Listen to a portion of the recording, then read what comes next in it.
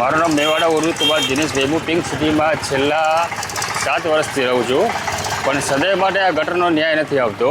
બરાબર, વારંવાર નગરપાલિકાને રજૂઆત કરવા છતાંય પણ નગરપાલિકા આવે છે, પણ થોડું કામ કરી અધૂરું કામ મૂકી અને જતા રહે છે એ લોકો. બરાબર, અમે પિંક સિટીના ભાગ તમામ ભાઈઓ ભેગાથી નગરપાલિકામાં ગયા હતા, એમને રજૂઆત પણ કરેલી છે, પણ આવે છે થોડું કામ કરે છે, કામ અધૂરું મૂકી જાય છે. હમણાં જ 3 દિવસ પહેલાં પાણી ભરવાનો તો મારો હાથ ફ્રેક્ચર થયેલો છે અહીંયા આગળ. છેલ્લા અઠવાડિયાથી હું ઘરે બેઠો છું. હું તો નગરપાલિકાને એટલું રિક્વેસ્ટ કરવા માગું છું કે તાત્કાલિક આ ધોરણે આનું કામ સમાપ્ત કરવામાં આવે છે.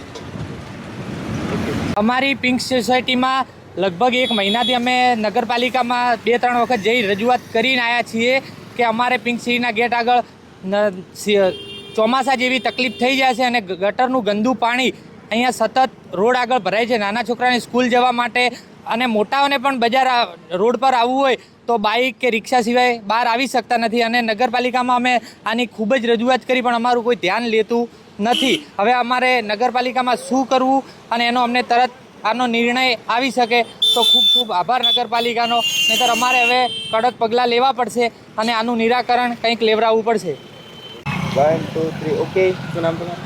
મારું નામ છે જોશી વિજયકુમાર. હું આ પિંક સિટીમાં રહું છું અને પિંક સિટીની અંદરથી રોજે રોજ આ જે ગટરના પાણી ઉભરાય છે, જેમાં નાના નાના ભૂલકાઓ, એમાં ખાસ કરીને વિદ્યાર્થીઓને ખૂબ મોટી તકલીફ પડે છે, બુઝુર્ગોને તકલીફ પડે છે, લેડીઝોને તકલીફ પડે છે.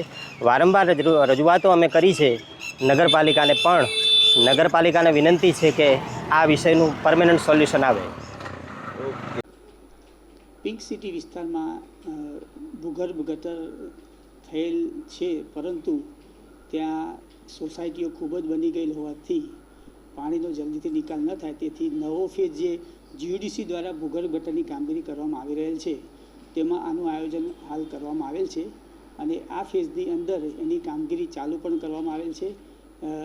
આ પિંક સિટીનું જે પાણી છે મેઇન રોડ ઉપર લાવી અને બીકે ગેલેક્સીમાં થઈ અને પછી આગળ જે અમારી મેઇન લાઇન છે સ્મશાનમાં થઈને ઇન્દિરાનગર જતી, એમાં એને આપવાનું જોડાણ કરવાનું આયોજન કરવામાં આવેલ છે, જે કામગીરી હાલમાં ચાલુ છે.